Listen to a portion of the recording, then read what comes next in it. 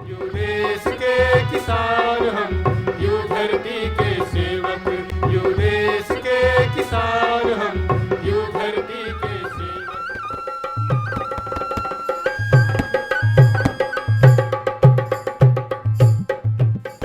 नमस्कार किसान भाइयों, आप देख रहे हैं किसान सेवा चैनल। मैं हूं आपका दोस्त राकेश मौर्य।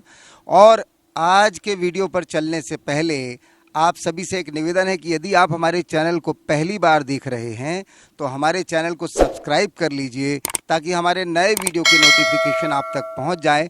और जब आप सब्सक्राइब करते हैं तो साथ में आप बेल आइकॉन को भी क्लिक कीजिए, ऑल पर भी क्लिक कीजिए और जुड़ जाइए हमारे साथ। हम हैं किसान सेवा चैनल। तो आपके काम की बहुत सारी बातें, बहुत सारी जानकारियां हम लगातार आप तक देते रहते हैं। तो चलिए शुरू करते हैं आज का वीडियो। किसान भाइयों नमस्कार। किसान भाइयों, रबी का मौसम चल रहा है, दिसंबर माह है। हमारे किसान भाई इस समय कई किसान जो सिंचित बुआई करते हैं उनकी खेती की बुआई भी चल रही है। कई किसान भाई हमारे जो अगेती बुआई करते हैं रेनफेड पे, तो उनकी सिंचाई की अवस्थाएं चल रही हैं। साथ ही साथ हम जो हमारे सब्जी उत्पादक कृषक हैं खास करके, तो आज हम उनसे चर्चा करना चाहेंगे कि किस तरह से हम नर्सरी प्रबंधन का कार्य करें, उसको लाभ का धंधा भी बना सकते हैं और साथ ही साथ अपने ज़रूरत की सब्जी उत्पादन कार्य भी कर सकते हैं। तो हम सबसे पहले बात करते हैं कि इस मौसम में जो रबी का हमारा चल रहा है और जनवरी माह जैसे यदि अभी हमारे किसान भाई शुरुआत करेंगे नर्सरी की, तो जनवरी फरवरी माह में उनको जनवरी के अंत तक उनको उन्नत प्रजाति के रोपणी तैयार हो जाएगी। मगर बात आती कि हम इस मौसम में नर्सरी की प्रबंधन कैसे करें।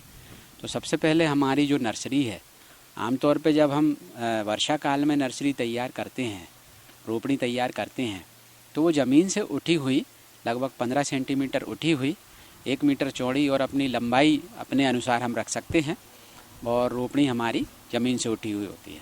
परंतु जब हम ग्रीष्मकाल या शीतकाल में जब हम रोपणी तैयार करते हैं तो उसको हम ज़मीन से उठी हुई नहीं रखते हैं, मामूली सी 1 या 2 इंच उठी हुई ज़मीन से और मेड़ बना देते हैं और उसके बाद हम उसमें रोपणी अपनी तैयार करते हैं। प्याज है, इसके अलावा हमारा टमाटर है, बैगन है, मिर्च है, गोभी है, इनकी रोपणियाँ तैयार करते हैं। परंतु अभी इस समय चूँकि हम रोपणी की बात इसलिए कर रहे हैं कि आने वाले हमारे ग्रीष्मकालीन प्याज की खेती जो किसान भाई करना चाहते हैं, जो अगेती मटर की बुवाई कर देते हैं या अन्य जो फसलें अगेती बुवाई, धनिया की बुवाई कर देते हैं और हरी धनिया उखाड़ करके उसे बेच देते हैं या हरी मटर तोड़ करके बेच देते हैं, तो ऐसे किसान भाइयों के खेत खाली हो जाते हैं, तो वो ग्रीष्मकालीन प्याज की खेती करते हैं। तो आज हम बात कर रहे हैं कि किस तरह से ग्रीष्मकालीन प्याज के लिए हम नर्सरी तैयार करें। यहाँ पर आप जो देख रहे हैं, ये जो बेड हैं ये 1 मीटर चौड़ी और 15 मीटर लंबी हैं। यहाँ पर हमारी जो बेड है और इसमें हमारी एक बेड में लगभग आधा किलो प्याज का बीज डाला हुआ है। बेड तैयार करने के पहले आप बिल्कुल पकी हुई देसी खाद हमें इसमें उपयोग करना है।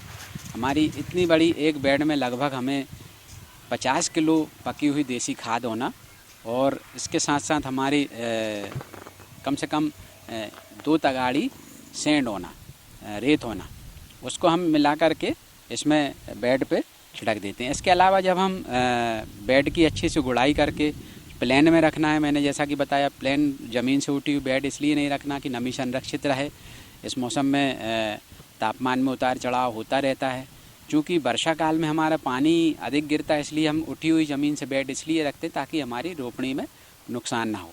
यहाँ जो देख रहे हैं हमारे ओपन में हमने बेड लगाई हुई है, खुले में लगाई हुई है, क्योंकि इस समय तापमान में काफ़ी गिरावट हो जाती है।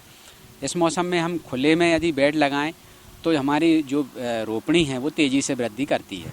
वहीं हम नेट हाउस या पॉली हाउस में जब हम बेड लगाते हैं तो जहाँ तापमान में उतार चढ़ाव उतना नहीं होता है, मगर ठंड अधिक पड़ने पर हमारी जो नेट हाउस में है रोपणी का जो बढ़भार है उतनी तेज़ी से नहीं होता जितना कि ओपन में होता।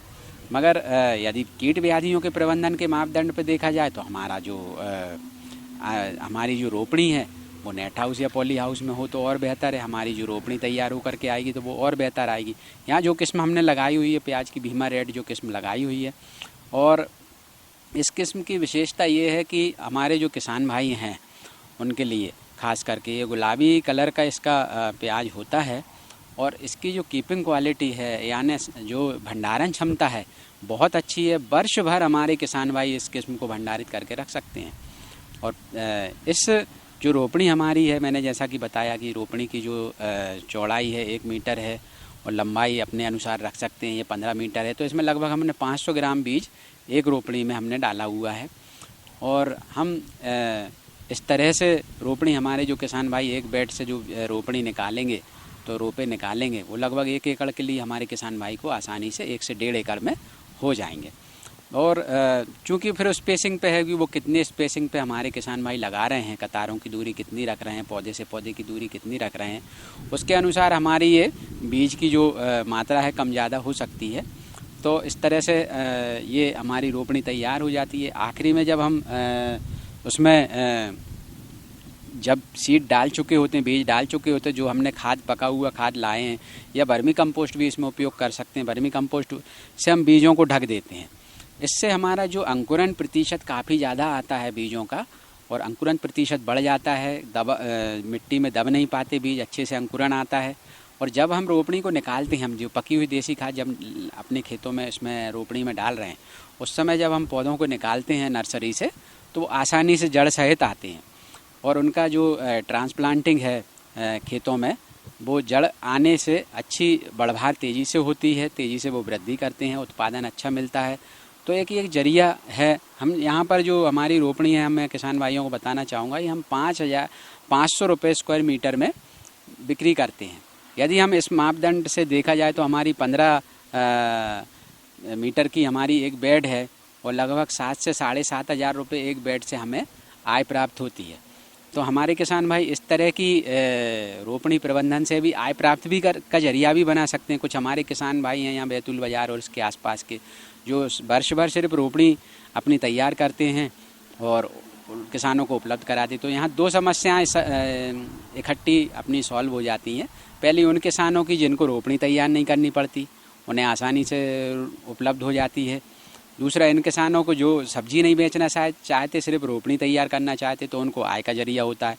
तो एक बहुत अच्छा व्यवसाय के रूप में यदि हमारे किसान भाई इसको अपनाएं तो हमारा बैगन, टमाटर, मिर्ची, प्याज, इन सब की रोपणी अकेली तैयार करते वर्ष भर हमारे किसान भाई रोटेशन के अनुसार, मौसम के अनुसार कौन सी किस्में, कौन से हाइब्रिड्स हमको उपयोग करने हैं, इस बात का ध्यान रखते हुए हमारे किसानों की आवश्यकता अनुसार, उनकी ज़रूरत की मांग के अनुसार यदि हम रोपणी तैयार करें इस विधि से तो हमें अच्छी आय प्राप्त होगी और लाभ प्राप्त कर सकते हैं किसान भाई।